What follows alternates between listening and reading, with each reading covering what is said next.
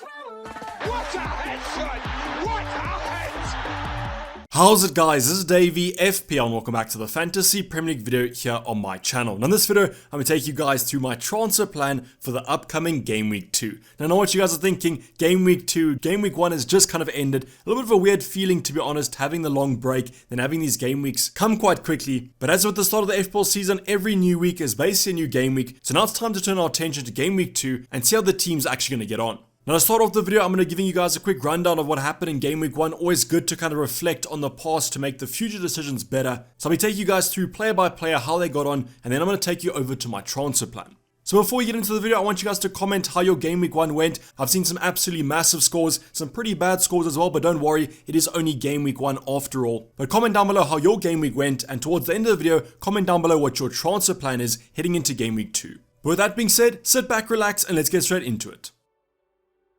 So going on to a quick review of our Game Week 1 team, and as you guys can see on the right hand side there, 62 total points for this game week. That's also going to be the total amount of points we've got, because obviously it is only Game Week 1. And I want to emphasize Game Week 1 because I've had a couple of DMs over on my Discord channel, also some DMs over on Twitter, people asking me how to rebound after a bad start. And I want you guys to right now take a deep breath, relax, it's only Game Week 1, we still have 37 game weeks left. Also, just remember that this season is going to be quite volatile. We have those 3 wildcards, one between now and Game Week 16, one for Game Week 17 after the World Cup, and then one from then to the end of the season. So don't worry, there's a bunch of game weeks to kind of make up those points tallies, also a bunch of decisions with those wildcards to make up. So just be prepared for the upcoming game weeks and don't really reflect on the past too much. Now your Game Week 1 rank really does not matter, but I've decided to list mine here just to show you guys where the kind of average or median is, because 62 points was just above the average, but wasn't the best scores that I've actually seen. Now you guys will see why I actually scored 62 points later on and the reason why it's not in the 70s, but you guys can probably predict a certain forward that unfortunately I didn't own. But as I said, let me know in the comments down below how you guys got on, and also please remember that I do have 0.5 and 1 transfer going into Game Week 2, but we'll talk about that a little bit later on.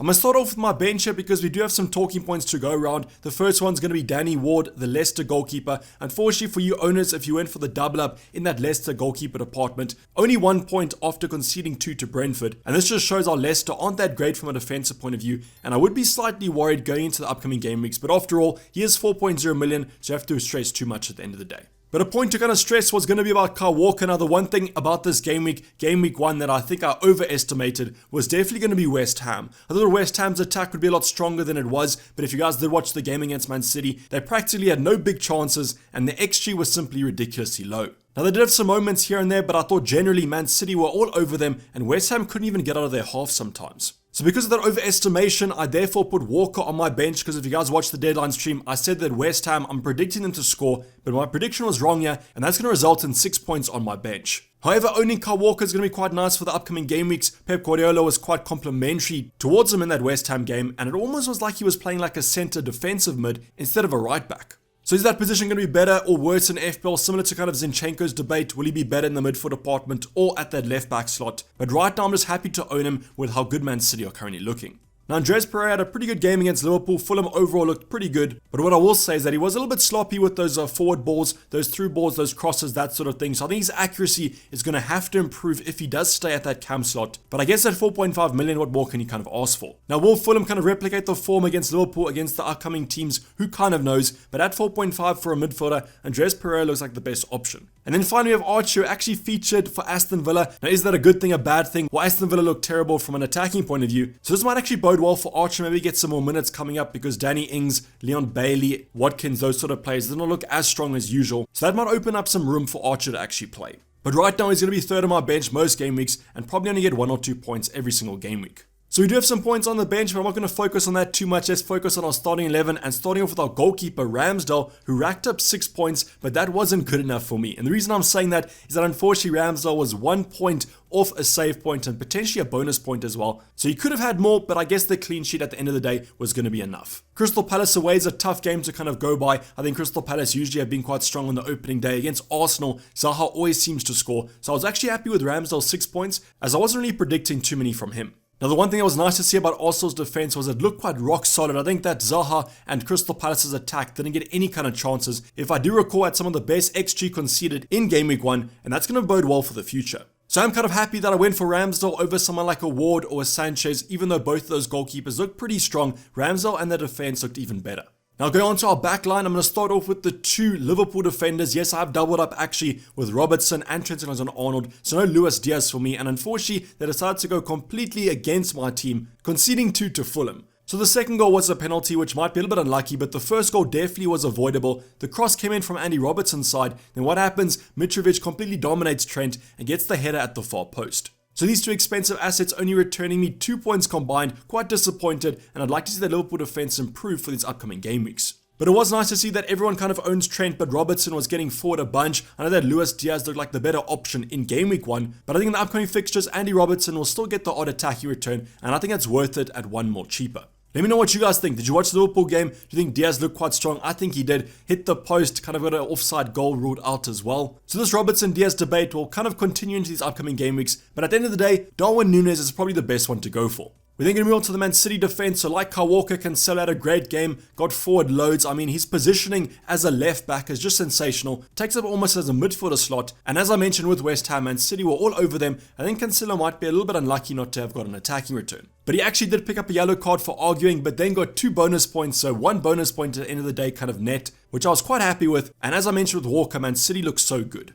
A team that also looked pretty good from a defensive point of view, but unfortunately not really from an attacking point of view, was going to be Reece James. Chelsea's forwards seemed to have struggled against Everton, but they were playing a 5 at the back, I guess. But at least Reece James did pick up a clean sheet. Also got a yellow card for time wasting in the 50th minute, which is a little bit weird. But like Cancelo, also racked up 2 bonus points. Now the biggest thing that came out of that game for me was Reece James playing at that right wing-back slot. I love him at that position. He just gets more forward than when he plays at the right centre-back. And all these defensive signings that Chelsea have been making, I think that he will be the favoured right wing-back. So for future game weeks, that's going to be absolute music to my ears. And I just hope with these Chelsea fixtures, when they do improve, game week 2 looks a little bit rough, but from then on, they have some great fixtures coming up. So the backline overall, unfortunately, was let down by the Liverpool double-up. I would not have expected that. I thought that against Fulham was almost a racked-in clean sheet. But what does Mitrovic go do? He scores 2 goals and looks like the best budget striker to actually go for. We're then going to move into our midfield department, and definitely the majority of our points came from our captain. It was going to be Mo Salah with the massive 24. So definitely not the high scorer in game week 1, but I mean, from a captaincy point of view, what more can you ask for? An assist and a goal. So that's going to be 12 doubled to 24. Now, as with Mo Salah, the bonus points are never kind of the maximum. He always seems to miss out on the bonus points, but I guess from a captaincy point of view, 2 attacking returns, you're going to take that any day of the week, especially in game week 1. Now, talking about Mo Salah, it's going to be quite interesting to see in the upcoming game week against Crystal Palace at home what kind of happens. I do expect Darwin Núñez to actually start that game, so the Liverpool shape should change around a little bit because he is more of a target than Firmino. And how's that going to impact Mo Salah's performances? Well, I know right off the bat, it didn't really affect him that much when Darwin came on, looked great. We're then going to move on to our first budget midfielder. It's going to be Pedro Neto, and unfortunately, he actually blanked in that Leeds game. Wolves actually ended up losing 2-1 in that fixture, which was a little bit of an upset there because I was expecting Wolves to at least get a draw. However, Pedro Neto didn't have the worst of games, had a couple of skills that I've seen over on Twitter and on YouTube, so at least he is carrying some confidence, but I would have liked to have seen him get an attacking return when Hwang and Podence both got one.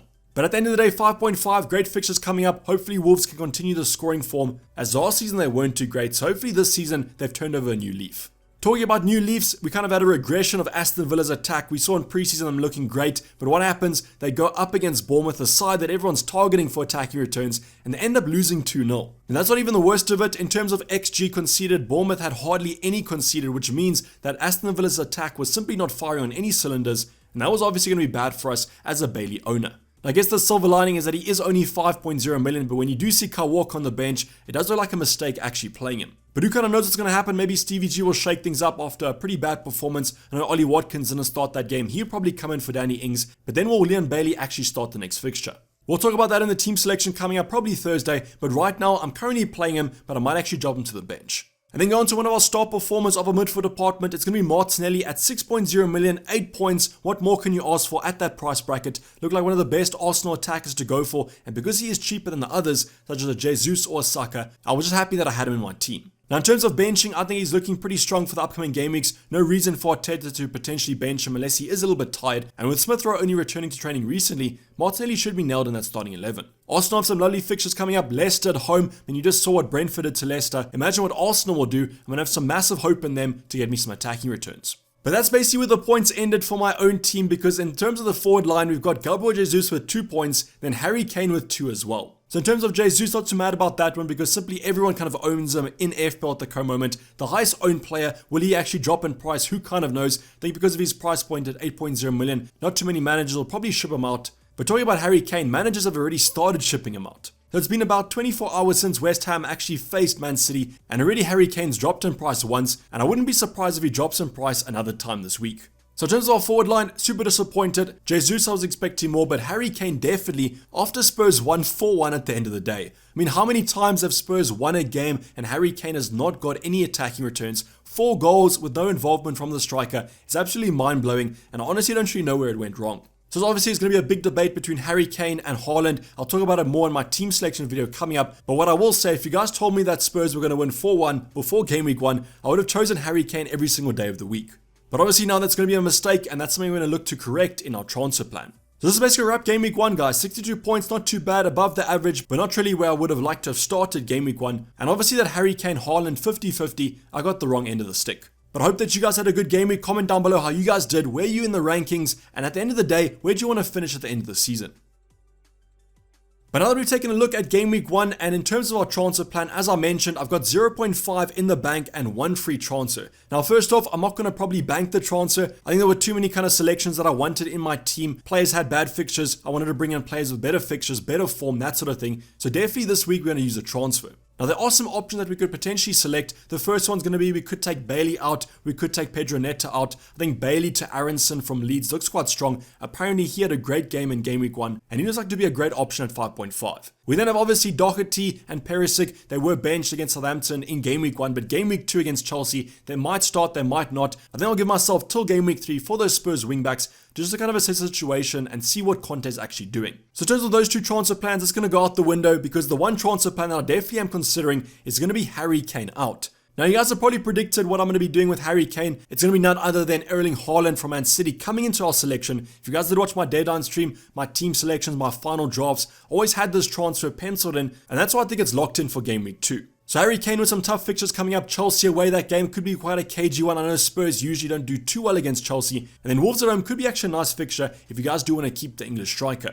But just compare that to Erling Haaland, Bournemouth at home, probably one of the best captain options for game week 2. Then Newcastle away, which will be a tough game, but who kind of knows with Man City and how good they're actually looking. So I'm announcing on this video that I actually have done this transfer already. So yes, this transfer was locked in last night before the price rises. Erling Haaland rose in the morning and Harry Kane actually dropped in price. So we managed to actually save 0.2 by doing this transfer last night. So if you guys did it as well. It's a little bit of an interesting one here. So in terms of the transfer plan, I'm giving you guys a confirmed transfer instead of the usual kind of speculation, which might actually be quite nice. But unfortunately, if you guys did not make this transfer, what do you kind of do? This is a question that a lot of people have been actually asking. What I would say is monitor the situation for the next couple of days. If Harry Kane's going to drop in price, if Haaland's going to rise again, I would personally do the move. But up until then, you have nothing to lose. So I would just simply wait.